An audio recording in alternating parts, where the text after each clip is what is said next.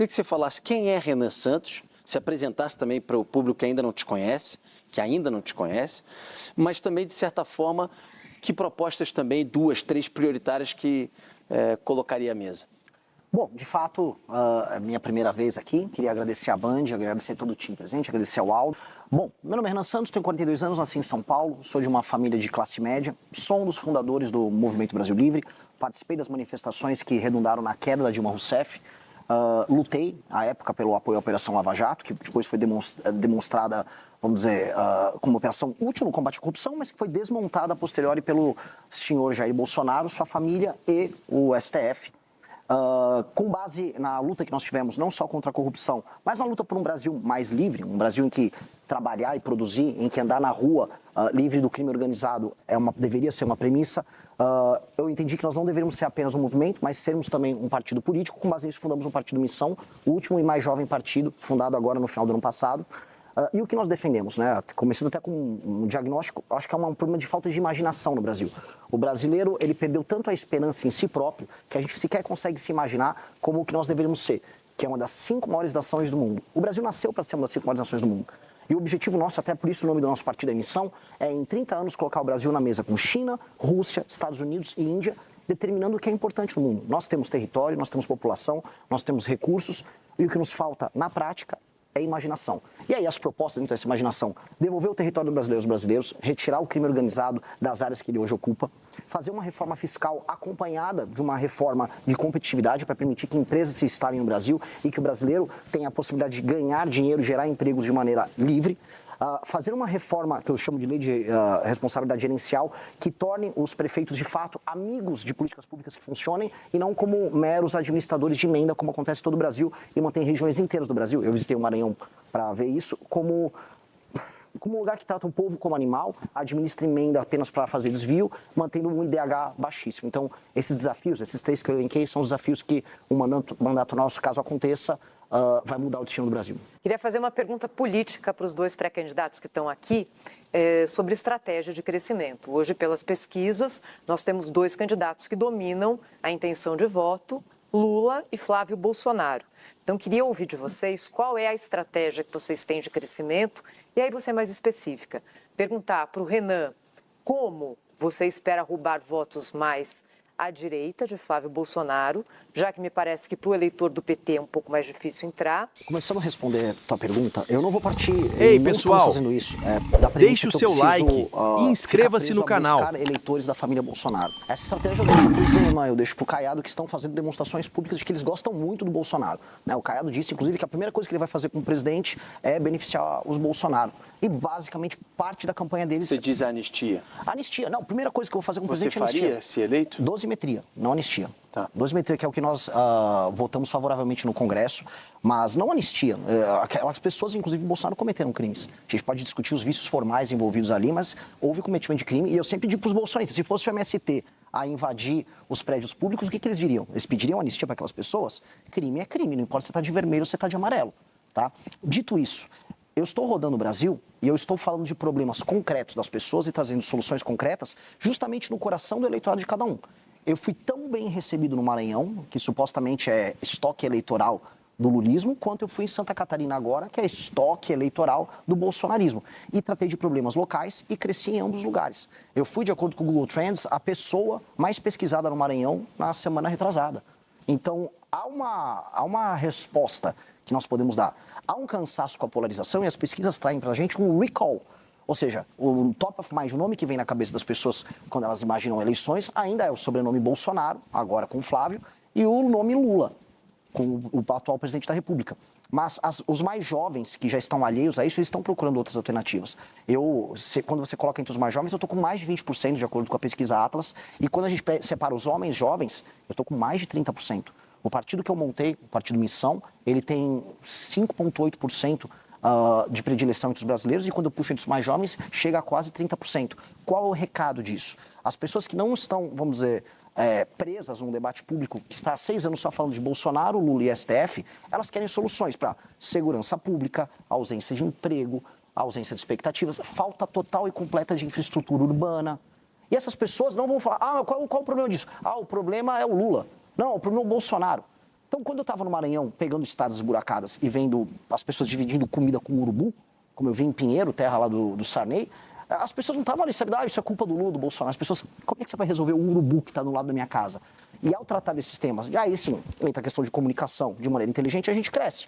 Então, o meu objetivo é fazer isso. Eu vou entrar no coração do bolsonarista e no coração do lulista falando de problemas concretos para eles. É preciso que haja um combate organizado e integrado contra o crime organizado, que está mais do que integrado, organizado, etc. As forças legais não estão fragmentadas. Tem aí um projeto aí que não uniu o país, não uniu as lideranças políticas e muito menos os governos. E sem essa integração, esse combate não terá resultado positivo. Como é que você vê a dificuldade política, pergunto para os dois, para juntar as forças todas do país, os governadores e a União? É evidente que alguém tem que coordenar isso, tem que ser a União, né? O governo federal deve coordenar o grande combate ao crime organizado no Brasil, com o apoio dos estados. Eu estou falando da estrutura que o país tem. Sem essa estrutura na sua plenitude, vai ser difícil ganhar essa guerra. Eu queria perguntar como é que você vê as questões políticas impedindo a união das forças contra o crime organizado. Um pouco do que o Mitri falou, dessa integração também entre as forças. Eu acho isso e às vezes falta de vontade até política entre esses entes, né? Mas esse é o problema principal. A real é que as forças de segurança nos estados, elas sabem o que fazer. Eu tive no Ceará, e nós temos cidades inteiras tomadas pelo crime organizado. Não há, eu repito aqui, já até fui processado 2 vezes pelo governador do Ceará. Não há vontade política em resolver isso. Não há vontade nenhuma. E eu suspeito, e posso tomar um terceiro processo, que o governo do Ceará é especialmente leniente com o avanço do Comando Vermelho. Há governadores que não têm vontade política em resolver isso. Na Bahia está acontecendo a mesma coisa com o Jerônimo. As forças policiais lá, elas reclamam, olha, eu quero fazer, nós sabemos onde há a área tomada pelo crime organizado, nós dispomos de forças, não é difícil trocar o tiro, resolver, não é difícil recuperar aquela área, mas nós não podemos fazer nada. Não há o comando, não há vontade. Uma das coisas mais absurdas que eu vi no Ceará foi, durante a tomada de uma cidade, Santa Quitéria, estavam discutindo o programa Pena Justa, que ia soltar mais bandidos, porque as cadeias não estavam supostamente em condições desejáveis para aqueles bandidos. Então, o que o presidente da República tem que fazer é, se eu eleito como presidente de maneira bem clara, o tema que me elegeu foi a destruição do crime organizado. Eu estou há 2 anos falando isso. Vai ser uma eleição plebiscitária. O cara que resolveu eleger Renan Santos, ele resolveu me eleger também, e muito por conta disso. Então, chegando lá, os estados que não decidirem cooperar, dado que estamos falando na tomada de espaços do território brasileiro, nós vamos fazer um estado de defesa específico nesses estados e municípios. A cooperação precisa acontecer. E eu já aviso alguns estados. Ceará precisa. Quer outro estado? Bahia precisa. As pessoas falam muito do Rio de Janeiro, mas o estado do Ceará tem uma situação muito pior do que a carioca. O Rio de Janeiro é um exemplo bizarro em muitos termos, mas às vezes ele fica anedótico. A situação, o número de mortes para cada 100 mil habitantes no Ceará... os índices são piores. Muito piores. Talvez o número de áreas de domínio Exato. seja esse número maior. O Rio de Janeiro é mais balcanizado, é uma facção aqui, outra tirando ali do prédio um no outro. Mas o caso no Ceará, você está falando de tomadas monopolistas por conta do Comando Vermelho e facções auxiliares. Se o governo está parado, ora, o governo tem que ser ou substituído, aí as pessoas vão votar em outro governo, ou quando nós chegamos ao poder, se eles decidirem não cooperar, vamos fazer um estado de defesa específico, por um tempo específico, para que nós retomemos esses territórios. E só nas áreas específicas. Tem até aquelas pessoas que falam, mas e a democracia? Não existe democracia em Santa Quitéria, no Ceará. Eu vou fazer um estado de defesa e vou utilizar as forças policiais e, se necessário, as forças de segurança nacionais, as forças armadas, para fazer essas operações. Ponto. Vamos recuperar esses territórios e aí entregar direitos humanos para as pessoas que precisam. Da maneira como está, eu volto a colocar, existem governadores que estão cooperando direto ou indiretamente com o avanço do crime. E isso precisa acabar. Deixa eu só pegar o gancho. Fala, em Santa Quitéria, que ele está aqui citando, que é o caso do Ceará, existe urânio. Uma mina de urânio e fosfato há 30 anos esperando licenciamento. É urânio e fosfato. O país importa fosfato. Tem fosfato lá em Santa Quitéria esperando licenciamento. IBAMA, não sei se FUNAI está metida, Ministério Público, estão interditando Santa Quitéria. Isso aí poderia gerar riqueza para a cidade, para o estado e para o Brasil. Está lá parado. Exato. É mais fácil o Comando Vermelho fazer uma bomba suja com urânio do que a gente produzir fertilizante para nossa agricultura. Essa é a piada nacional que a gente está vivendo. Hoje as Forças Armadas reclamam muito de falta de recursos. O mundo há 20 anos, quando você tinha uma ordem global com ONU e etc., se imaginava que, olha, tudo bem, vai ser difícil alguém entrar aqui, invadir. Terras raras estão em discussão, o Brasil é a segunda maior reserva do mundo, temos a Amazônia Azul. Então, essa discussão não estava tão latente. Diante de um presidente, agora Donald Trump, que entrou para prender Maduro, que agora está fazendo o que está fazendo naquela região do Oriente Médio e tudo mais, a gente se depara, por exemplo, com a informação de que o Brasil não tem defesa aérea. O Brasil não tem defesa aérea. Se ele quiser fazer o que ele fez, o Trump, com o Maduro, entra aqui adoidado. Inclusive, o Lula teria chamado a reunião com o ministro da Defesa também, com o Múcio e com o chefe das Forças Armadas, para falar sobre esse assunto. Qual a sua visão sobre um projeto de defesa para o Brasil diante desse mundo que a gente está vivendo? Renan, por favor. De maneira clara, eu me sinto, dadas as devidas proporções, como o Churchill pré-Segunda Guerra, avisando, olha, vai dar ruim. Aquele cara do bigodinho está avançando aqui, avançou nos Sudetos, vai dar ruim. O mundo está indo para um clima de guerra fria e que está cada vez mais quente. E as principais nações dispõem de tecnologias que a gente nem tem ideia na área militar. Pouca gente acompanhou e pouca gente cobriu no Brasil o que foi o manifesto da Palantir, que é a principal empresa de tecnologia militar hoje dos Estados Unidos. São técnicas de guerra, técnicas de cybermilitares, drones, estratégias das mais diversas que o Brasil nem sequer possui ferramentas para iniciar esse enfrentamento. Alguns dizem que até teriam usado isso na invasão lá para pegar o Maduro. Sim. Aliás, os relatos dos militares venezuelanos são assustadores. Olha, eu nunca vi o tipo de técnica que foi utilizada aqui. Nós não temos hoje condições de defender o nosso próprio território num conflito. Só que o nosso território é cobiçado. Como você colocou na sua pergunta inicial, nós dispomos das terras raras, de recursos naturais, água, território, deixe o seu like fértil, e nós e inscreva-se no canal. A China estava tentando fazer sua ocupação geopolítica aqui na América Latina e os Estados Unidos nos veem como reserva estratégica. Então nós estaremos no meio desse conflito. E é um conflito que vai chegar para as Américas e nós temos, por necessidade, se quisermos manter o nosso território de dimensões imperiais, continentais, temos como necessidade nacionalista manter o nosso país íntegro, se defendendo usando o que há de melhor em técnica. E nós temos uma oportunidade que, assim, foi nos dada por Deus, que foram as terras raras. Boa parte dos equipamentos militares de última geração, a indústria de semicondutores, os drones, esses equipamentos necessitam das terras raras. E nós estamos discutindo agora para quem a gente vai vender a terra rara. Nós temos que ter uma agenda de competitividade, ter, como ela trouxe, um espaço fiscal, por isso que eu falo muito de reforma fiscal na área da despesa. Tem que ter uma reforma fiscal na área da despesa para sobrar dinheiro para a gente fazer os investimentos corretos e, com base nisso, negociar com os Estados Unidos ou com a China, ou quem for, não só a produção das terras raras e a exportação delas, mas trazer a indústria de semicondutores, trazer a indústria bélica, fazer acordos de transferência de tecnologia e aí a gente começar a construir uma indústria de defesa de alta capacidade para que o Brasil possa se preparar para o mundo novo que vem aí. Esse mundo novo que vem aí não vai ter o Brasil só como um espectador. A nossa estratégia de sobrevivência nesse mundo é diferente. O pacto, como você colocou, pacto pós-Segunda Guerra Mundial, o multilateralismo, os organismos internacionais, tudo isso estão sendo relativizados. A gente está vendo isso na Ucrânia, viu na Venezuela, vai ver provavelmente em Taiwan. E nós temos que agora estar pronto para esse mundo. Esse mundo é um mundo que pode ser muito cruel com o Brasil. Renan, eu preciso chamar aqui o nosso intervalo, mas só para complementar uma questão, a Thaís perguntou sobre como também subsidiar isso, né? Esse aumento de investimento em defesa. O senhor acha que, às vezes, por exemplo, a exploração que ainda não aconteceu, regulamentar e explorar mais terras raras, você pode pegar uma parte desse dinheiro e direcionar para investimento em defesa? De onde você acha que pode vir esse recurso, que realmente não é pouco, para o investimento nessa área? Eu vou mais longe do que isso. Não é apenas, por exemplo, pegar um pedaço dos royalties e direcionar para a área de defesa. Eu estou falando de montar uma cadeia de indústria bélica no Brasil com transferência de tecnologia. O Brasil é o segundo lugar no mundo com mais reservas de terras raras. Portanto, usemos isso como barganha. Tal qual o Vargas soube utilizar durante a Segunda Guerra Mundial a barganha do peso do Brasil para a instalação de indústria siderúrgica aqui. A CSN lá em Volta Redonda. Exato, precisamos utilizar isso como barganha para nos posicionarmos. E é urgente. O problema é que no debate público no Brasil, os dois principais candidatos não falam disso. Um só fala em soltar o pai e outro fala em pé de meia. Enquanto isso, daqui 30 anos, talvez não tenha país para soltar ninguém nem para botar pé de meia. O Brasil hoje está discutindo aí algumas matérias, que já estão fazendo parte do dia a dia do Congresso, né? Uma delas é essa redução das horas de trabalho, esse projeto que está aí, um projeto que eu até... O primeiro projeto eu chamo de absurdo, que é o 4x3, você trabalha 4 dias e folga 3. Até que seria bom, mas é inteiramente fora da realidade.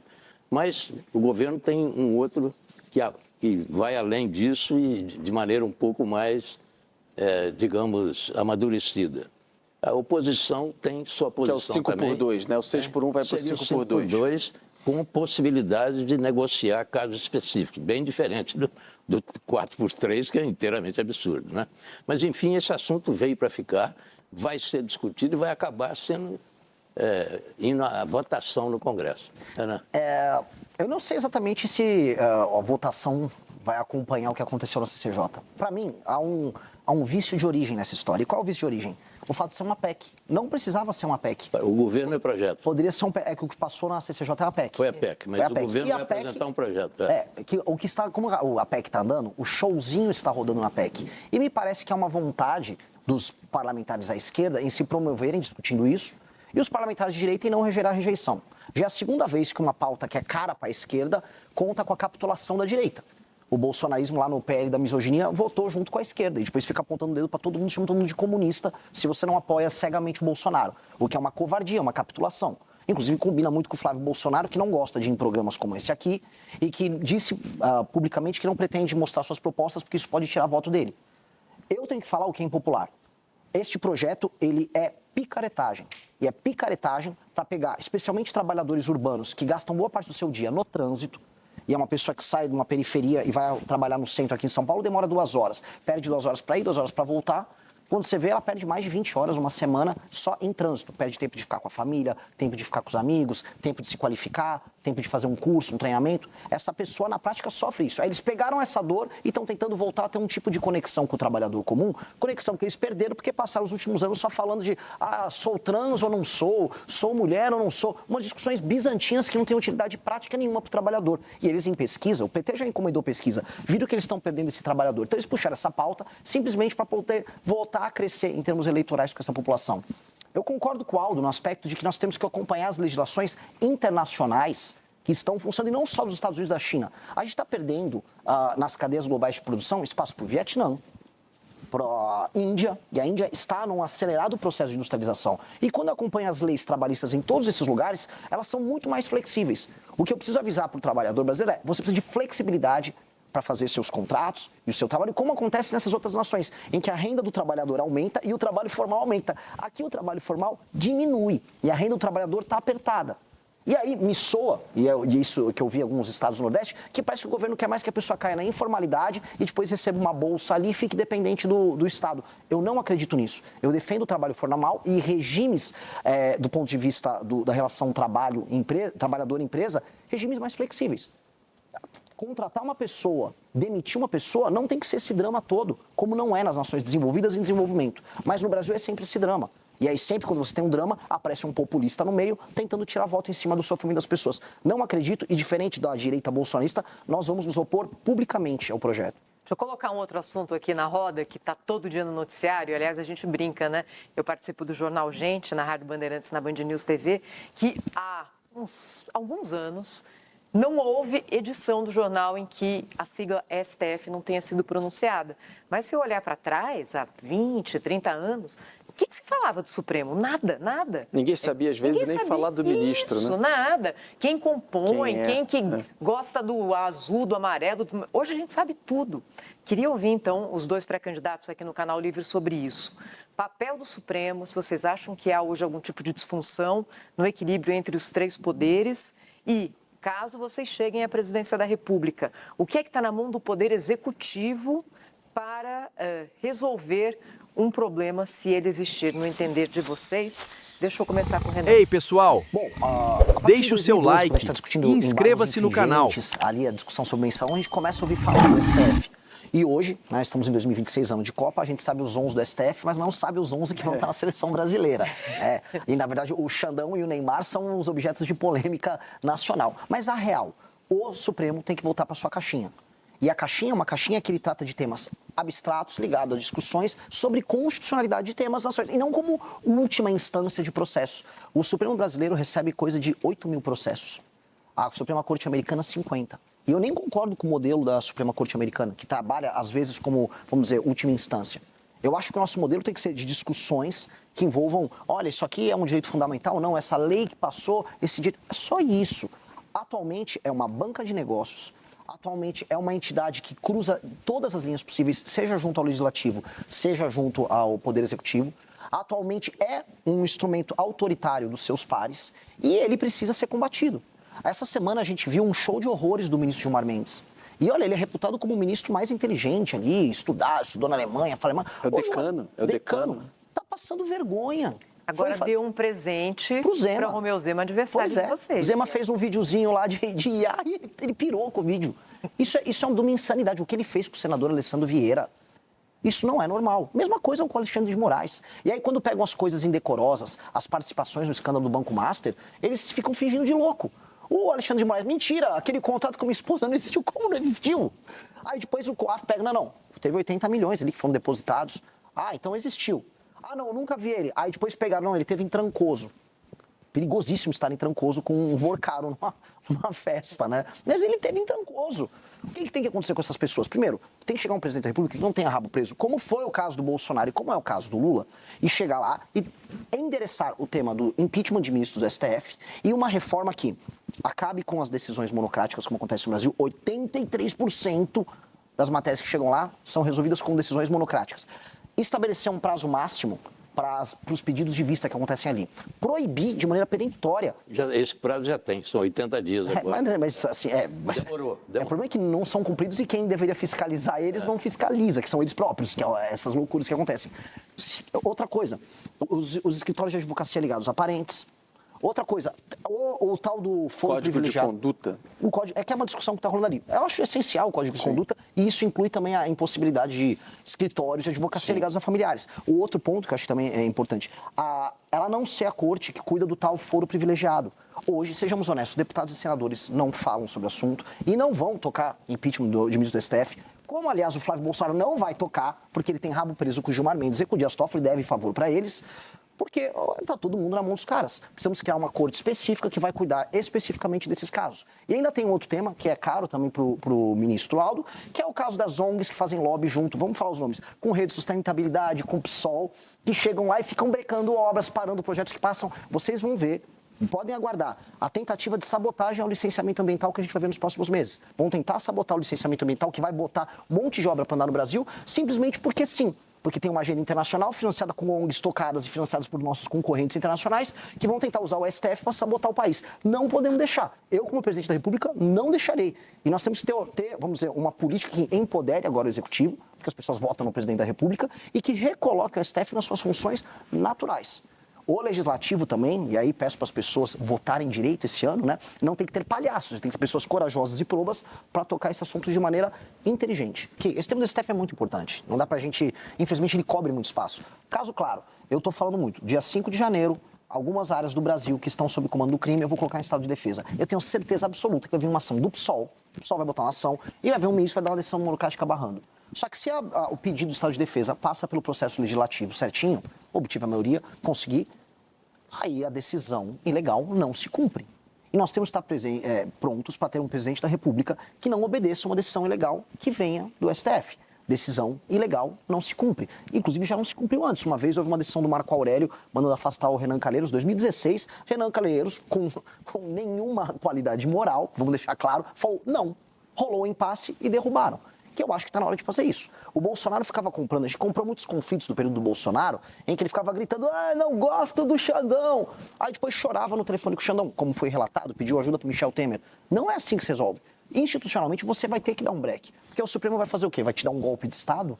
Nós precisamos falar, se o processo legislativo foi tocado através dos seus agentes devidamente constituídos, e se o presidente, devidamente constituído, entrou, vamos dizer, no cumprimento das suas atribuições com um projeto, isso tem que ser respeitado pelo STF. Não é porque eles querem discutir direitos humanos em Harvard que isso vai ser derrubado. Isso tem que ficar claro. O próximo presidente da República vai ter que lidar com esse problema. E a gente não vai poder fugir desse assunto. A nossa representação política no Brasil é inteiramente equivocada. Ela não representa o que deveria representar. Há alguns projetos muito bons que estão perdidos por lá, propondo voto distrital sistema misto, como na Alemanha, propondo o voto em lista. E isso deve voltar agora. Eu queria saber a opinião de vocês. O voto distrital, vai? Não vai? O voto atual, ele funciona? Claro que não funciona. Vocês concordam com isso? Eu não acredito no voto distrital puro, porque o voto distrital puro no Brasil é apenas empoderamento do centrão. E a gente tem um modelo político através de emendas e cooptação que é um desastre.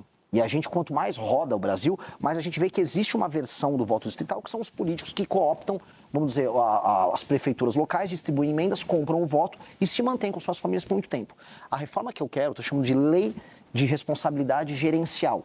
É uma norma que altera a seguinte coisa: o sistema de incentivos para o funcionamento das prefeituras. E o foco tem que ser no prefeito. Um prefeito, hoje, ele ganha uma eleição fazendo um show do Wesley Safadão com a emenda do deputado aliado, e aí compra de voto puro e simples. Isso os municípios pequenos do Brasil funcionam assim, e a gente não pode fugir disso. Até porque não existe democracia na prática no Brasil. Um país em que Ei, tem compra de pessoal, voto, a gente tem uma democracia nominal. deixe o seu As like pessoas são e cooptadas inscreva-se no período eleitoral, canal. seja pela máquina pública, seja pela compra de votos, seja pelo Caixa 2, votam ali no grupo familiar e o jogo segue.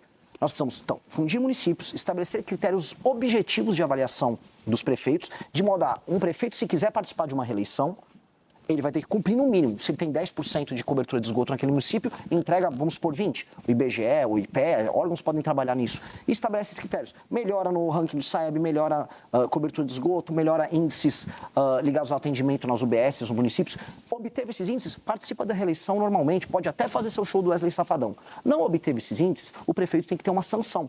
E a segunda coisa, que é super simples de resolver: o fundo partidário eleitoral no Brasil, que já é altíssimo, ele não tem que ser condicionado pelo número de tiriricas ou Nicolas Ferreiras ou Érica Ziltons que você elege no seu partido.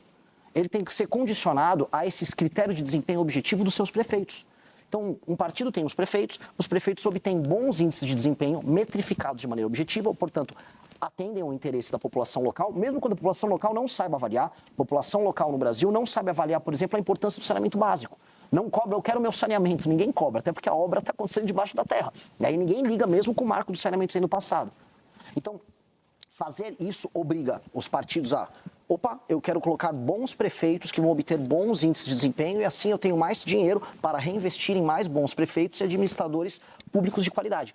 Com esse sistema de incentivo, de um lado, e com a punição para o líder político local e para o partido não poder concorrer à eleição, inclusive ficar inelegível por 8 anos naquele município, aí a gente começa a balancear. A gente estabelece critérios objetivos de avaliação. E isso a gente começa a dimensionar a necessidade das emendas, a função dos deputados federais e a função dos partidos políticos. Porque hoje o partido político é só um nome.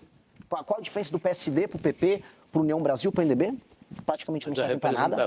A representação popular, do jeito que está, se manteria. Lógico, você vota na eleição. Acontece que o prefeito fica 4 anos, Mitri, no município, Sim. pega aquele município com 2% de esgoto, e aí termina com 2% de esgoto, ou água potável, e a população o reelege. Mitri, a população reelege ele porque a população está num nível de pobreza que ela naturalizou o absurdo. E aí esse prefeito não tem nenhuma obrigação em aumentar a atividade econômica naquele município, nenhuma, continua com o pires na mão pedindo dinheiro do fundo de participação dos municípios, o dinheiro chega, ele não faz nada de útil, faz o famoso show do Wesley Safadão, do Natanzinho no município, coloca a turma na prefeitura, coopta a galera, faz caixa 2 com o dinheiro desviado das emendas que estão na casa dos mais de 60 milhões, e o jogo segue e ele é reeleito.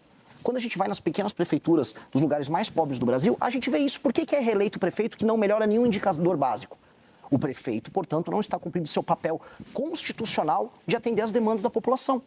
E a população não sabe avaliar. A gente vai precisar ajudar a população a avaliar de alguma maneira. E esses critérios objetivos têm que estar presentes nisso. A não ser que a gente aceite as coisas como elas estão. Tudo bem, eu vou ver o Maranhão para sempre, sem rua, sem esgoto e com atividade econômica baixíssima. É isso que a gente quer? A gente chama isso de democracia? Eu não consigo concordar. Então uma reforma tem que passar por isso. Porque se não alterar isso, é distrital misto, é distrital puro, é o modelo alemão, é o modelo português com a lista fechada, não vai fazer diferença. Porque o sistema de incentivos vai ser o mesmo. Qual a sua posição sobre as privatizações? A gente está vendo, por exemplo, algumas estatais como Correios, né, apresentando um déficit gigantesco nesses últimos anos.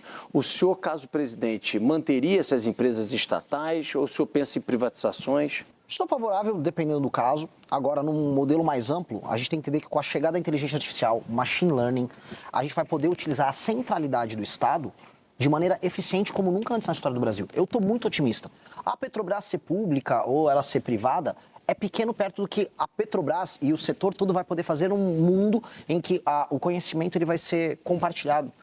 É uma novidade muito grande nisso. Um exemplo, mais que não seja uma empresa pública, o SUS, com o uso da inteligência artificial, do machine learning, do prontuário único, de aplicativos que vão fazer com que você possa se consultar com o médico na hora, ele vai passar por uma revolução nos próximos anos. Eu era, como liberal, meio, não gosto do SUS, tudo que é meio, tem único no nome, eu sou meio contrário. Hoje eu já olho o modelo centralizado do SUS, junto com a tecnologia, com o machine learning, como uma dádiva. A gente vai poder fazer uma revolução na área da saúde, como os Estados Unidos hoje não podem fazer. Como a Inglaterra está pensando em fazer, como El Salvador, a gente citou o Bukele agora há pouco, está fazendo, e o modelo deles é sensacional. A gente fala muito de segurança, mas a área da saúde é uma revolução. E aí, a centralidade do Estado, o papel articulador de forças, agora surgindo também como um papel articulador de inteligência, pode tornar o Brasil um país muito, não só eficiente em entregar seus serviços, mas muito poderoso. A gente poder usar as terras raras, utilizando o Estado como, por exemplo, um fomentador dessas empresas de tecnologia que vão fazer transferência de tecnologia com empresas americanas e explorando esses recursos, o Estado não passa a ser um inimigo, ele passa a ser um parceiro nessa construção. E eu acho que esse futuro vai ser próximo. A gente precisa finalizar. 1 minuto, se você puder também, Renan, na sequência, Bem considerações finais. De maneira clara para o nosso espectador, disseram para você que o seu futuro é viver uma casa com muro, com medo de sair na rua porque pode ter seu celular tomado, tendo um emprego porcaria e assistindo às grandes coisas do mundo acontecerem em outros países. Estados Unidos, Japão, China, Coreia. Você aqui no Brasil é um espectador e no máximo torce para um time de futebol que hoje nem é tão competitivo. Pois bem, o Brasil pode ser glorioso. Você pode viver num país em que o bandido vai ser muito preso ou morto quando precisa. Você pode viver num país em que ganhar dinheiro não será um privilégio, mas será a regra. Você pode viver num país que será uma das 5 nações mais importantes do mundo. Você precisa ter imaginação, sonho e acreditar nas pessoas certas na hora certa. Não fique nessa história de Lula e Bolsonaro. Isso é o passado. O futuro e o presente já estão chegando. E o futuro, meu amigo, é glorioso. Aguardo você nessa aventura. Este é o canal Eleitor Missionário. Se você gostou deste corte e quer ficar por dentro de tudo o que acontece ao longo da missão, deixe o seu like e inscreva-se.